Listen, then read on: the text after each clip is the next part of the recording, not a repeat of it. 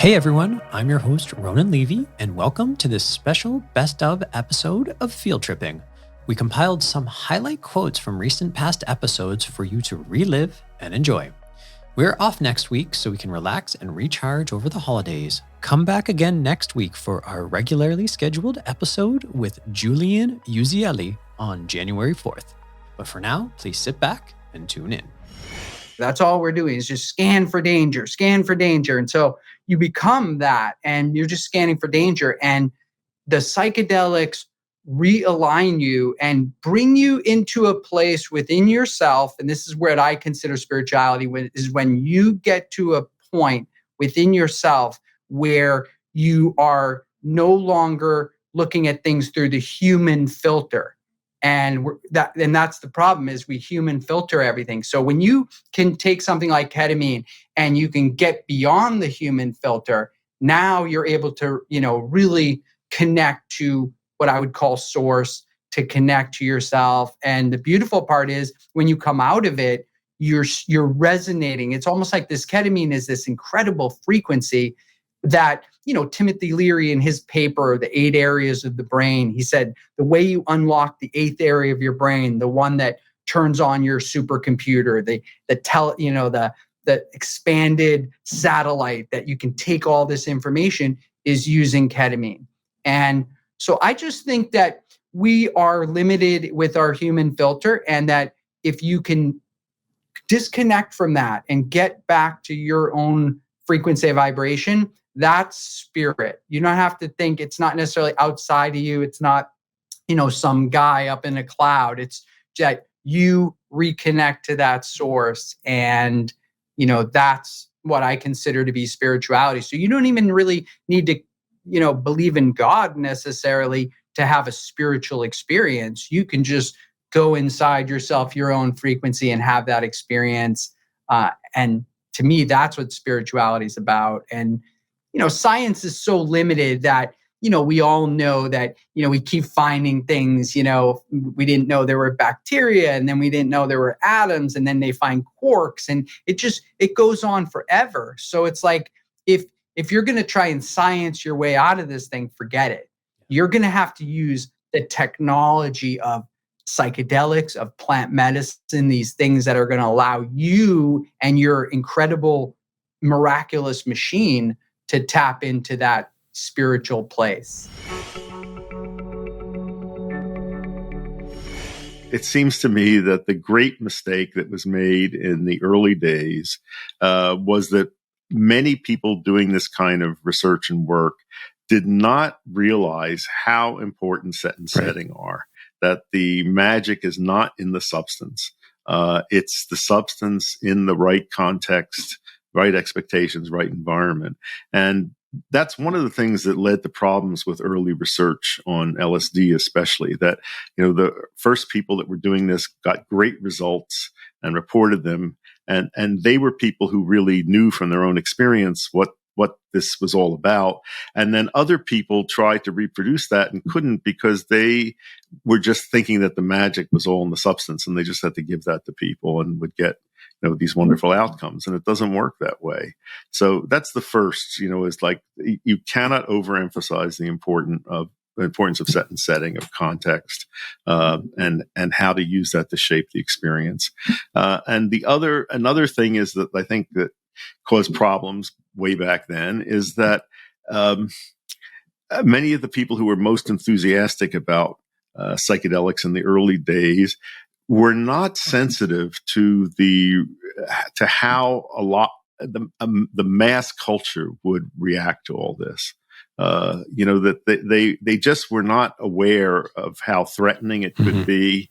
And they went about in a very cavalier manner of saying this is going to change the world and how wonderful it is. And, it made a lot of people very nervous. Yeah. Do you think the world is different now? Do you think we have enough insight from the first go round? We have enough wisdom from people like yourself and many of the other forefathers and foremothers of what's happening right now to avoid a lot of those mistakes? Are you hopeful that we're on the right path and won't divert? I am hopeful. I think, first of all, the need for change is so great. Secondly, is that the interest in the general culture is so great and very positive. Right. So yeah, I think that potential is there. If you look at cannabis, cannabis was a scary drug for mainstream culture because of its associations. It was associated with deviant subcultures.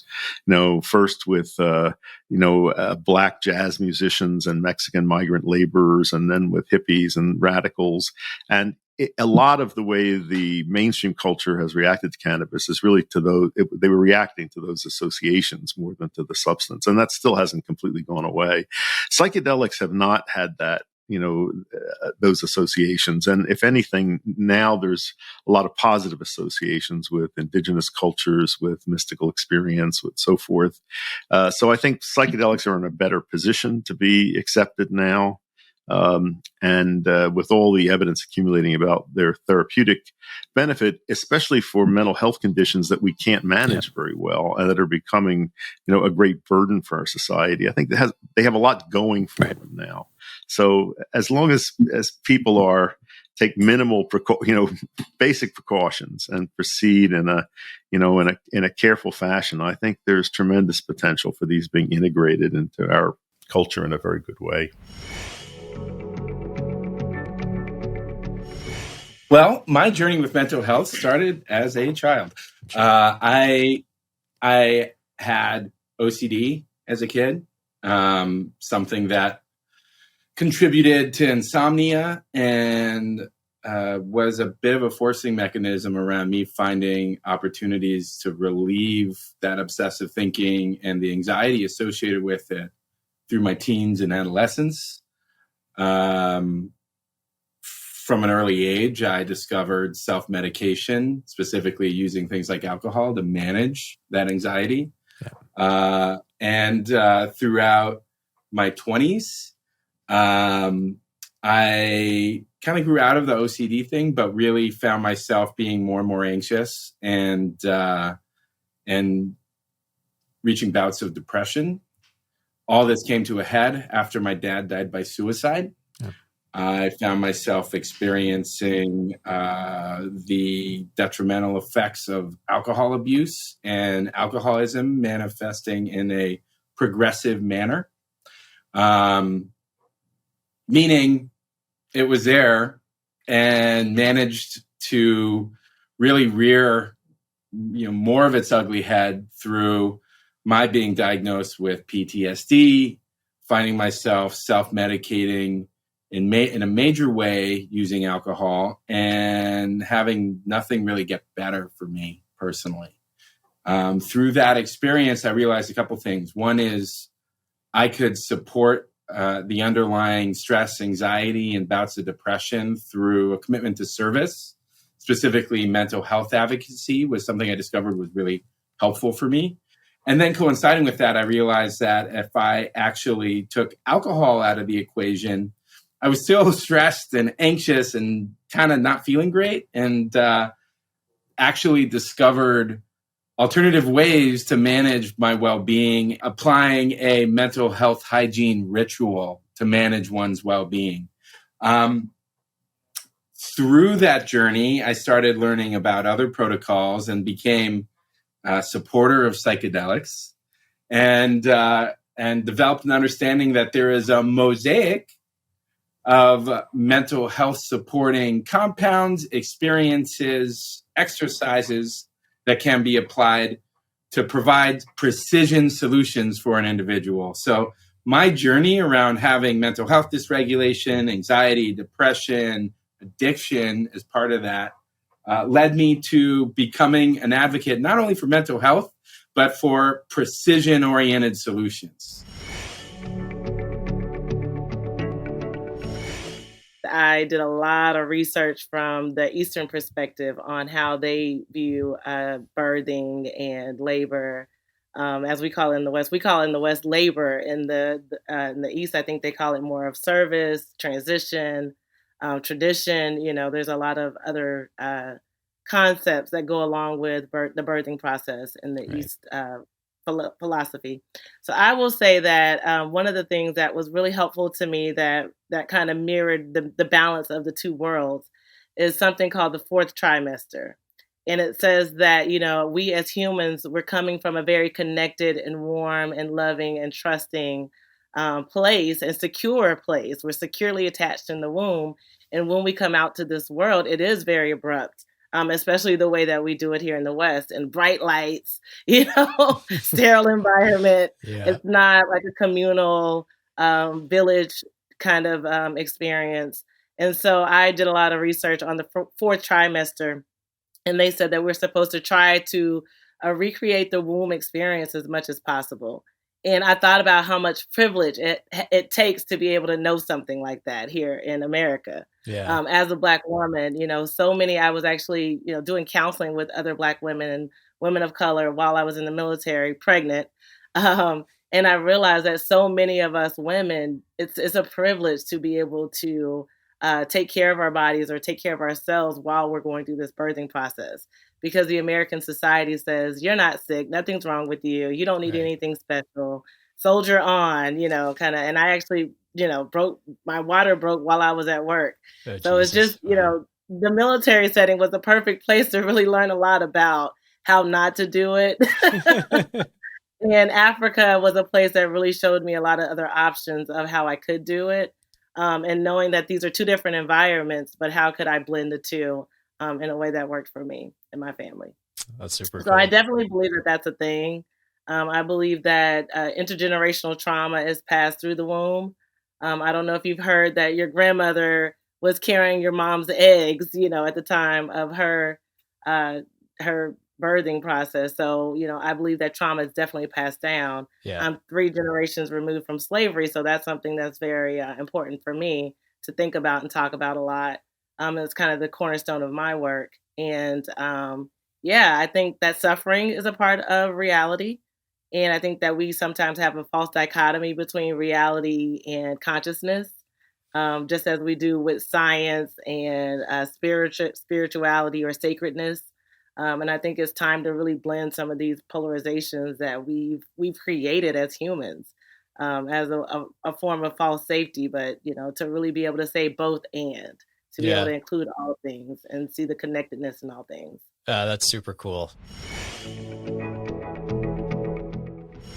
You recently completed our ketamine assisted therapy program in New York, and I have a ton of questions about that. My first question you've already answered, which is you had tried psychedelics before going into our therapy program, but it sounds like only once or twice. Is that correct? I have more experience with microdosing, and I've probably done psychedelics maybe like under 10 times, but I'd never done ketamine. I actually did the ketamine in Los Angeles, not New York. Oh, sorry. I have a typo here. I was going to do it in New York, but I ended up doing it in LA. And so I'd never tried ketamine before this experience. Okay. And I would have loved to have asked you this question beforehand, but I'm going to see if we can get some insight into it. How would you have defined yourself before you started the program? And how do you see yourself after having gone through it? I would say that the biggest shift was before I felt a lot more worry on the back, like behind the scenes. Maybe people close to me could notice that or know that I'm constantly scanning for danger, sort of thinking ahead, always thinking ahead, always scanning. And that takes a real toll on your body when you're just not living in the moment and you're living in the future so that you can feel safe all of the time.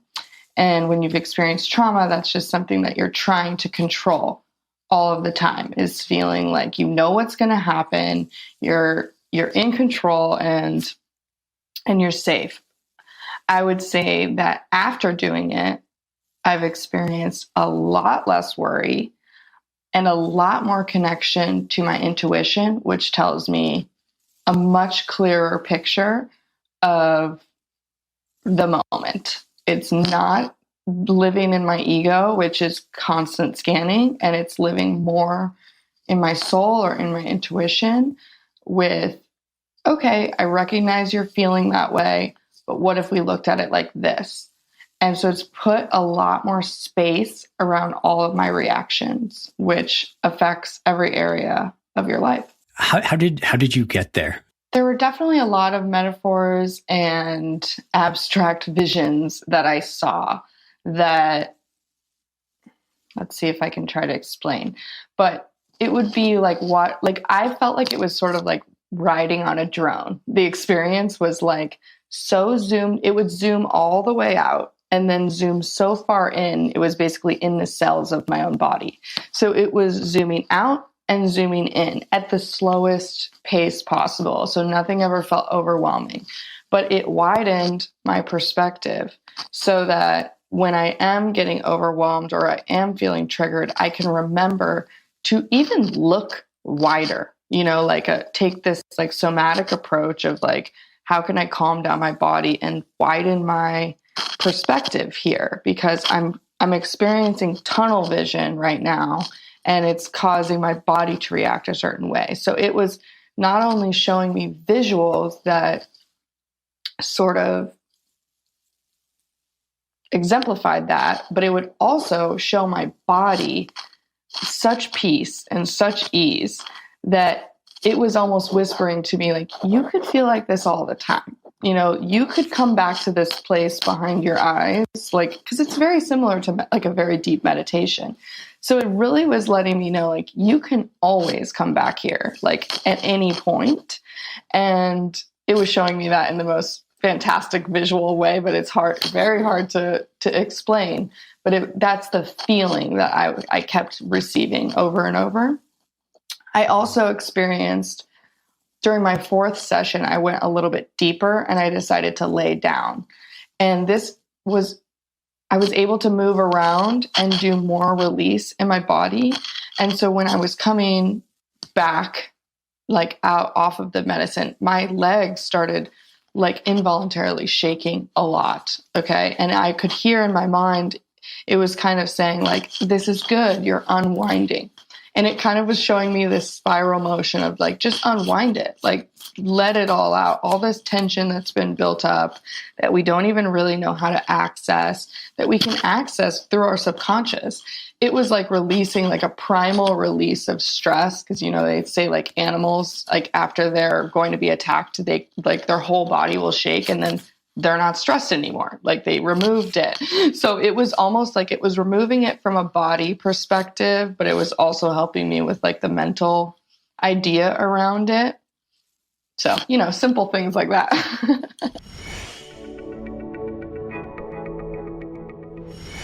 I'm curious to know, through your ketamine experiences or otherwise, have you been able to unpack that and see beyond the inspiration that clearly your father, who sounds like he was an amazing figure in this experience, brought? How did it affect you and how did it change your perspective on the world and how you view yourself? That is a great question. And I will say absolutely 100% it came up. So it came up in a rather indirect way. And by the way, the other profound experience that I had this year, losing my grandfather to COVID, that also came up in a recent ketamine-assisted psychotherapy session that I personally had. And I think it comes up in if talk therapy is using the left hemisphere and logic and how do I make sense of that, right? I feel like that's a very talk therapy way to process trauma. Ketamine kind of accesses things in a very different way, I think a more feeling way. So one of the experiences I had, the ego death and feeling at one with all living creatures and knowing not a well, somebody told this to me, so I believe it to be true knowing, but an experiential knowing that it's really hard to put into words. I really got this sense that, our bodies are simply garages for our souls. And I had that spiritual experience. And I think I also, there are a lot of images and metaphors that were very visual. So, the love of a mother and my brother and I, and now my partner, and all of the love in the world. I was in it and I felt it. And that sort of in this indirect way helped me to come to terms with my trauma and how that shaped me in my attachment style in my family as a child, and then later in life in my romantic relationships and even my friendships. And then also, I think this is a really sort of more direct example. I had this experience of feeling at one with the universe, and I saw these stars, and this was just a couple months ago. And I knew in that moment that all the stars were living beings who had passed, and that one of the stars was my grandfather. And after I was coming out, Dr. Randy, our director of consciousness, he said, "Well, how's he doing? Is he okay?" I said, "Yeah, my grandpa's okay." So isn't it so interesting that that feeling in that one moment was like, that sort of healed and helped me to grieve in a way that is so different than traditional talk therapy. And again, then of course I could take that to a talk therapy session as you and I are talking about it now, but I think it's a good example to see and to understand how ketamine-assisted psychotherapy works in a very, very different, deeper, more experiential way than any other therapy I think we have on the face of the planet. Yeah, that totally resonates with me. Always ask the question, who? We get so much time focused on the strategy, the objectives, how am I going to get there? What do I have to do? Ask the question, who? Who do I need to build relationships with to achieve whatever that goal is? From love to changing the world in human consciousness. Then figure out a systematic way to build those relationships with those people. And you're going to do it through service of them. And then while you're doing all of that, show up authentically, so that it further solidifies the loyalty of that relationship. It's kind of it. I mean, there's a lot of tactics in Never Eat Alone on how you build that broad set of relationships. Yeah. There's a lot of tactics in Who's Got Your Back and how you build a team that won't let you fail. There's a lot of tactics in Leading Without Authority and how do you work inside of an organization to get things done in networks that don't report to you. In my new book that's going to be coming out, Competing in the New Work World, again, a lot of tactics, but it really, I think the biggest gift I can give everybody is the word of co-elevation. If you imagine that everybody you're in relationship with, your desire and your objective is to find ways to co-elevate, go higher together, you'll be a winner. And one last question. For anyone who's just starting to think about psychedelics or is starting, having had early experiences, or even someone who's advanced, is there any takeaway, any piece of advice that you'd give to them as they embark on their journey within psychedelics specifically? Look for somebody who can be your Sherpa, your guide, your journey leader, not specifically through the journey, but I mean your advisor. Look for somebody whose ethos is somebody that you believe the work has been done on and with them successfully. Find the people who walk in this world with a smoother step, who are the kind of people that you want to be, and trust those individuals to be your guide to where to go. And then the other thing I would say is, on a personal basis, there is now enough professional support in this industry and in this space that I wouldn't go with people who don't have professional cred in their guidance. I would wait for the guidance of professionals in this process. That is great advice. I hope you liked what you just heard or reheard, and maybe it provokes some new thoughts, new feelings, and new actions you may want to take in your life. Remember to please rate and review our podcast if you liked what you just listened to. Also, please reach out to us either via email at fieldtripping@castmedia.com, that's cast with a K, or leave us a voicemail with a how-to question at speakpipe.com/fieldtripping. Thank you for listening to Field Tripping, a podcast that's dedicated to exploring psychedelic experiences and their ability to affect our lives. I'm your host, Ronan Levy. Until next time, stay curious, breathe properly, and remember, every day is a field trip if you let it be one. Field Tripping is created by Ronan Levy.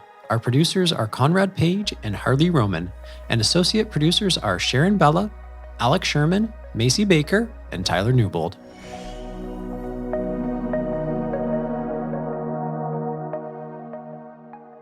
Thanks for tuning in, everyone. Click the subscribe button to my left to never miss a release, and click here to check out past episodes. See you next week.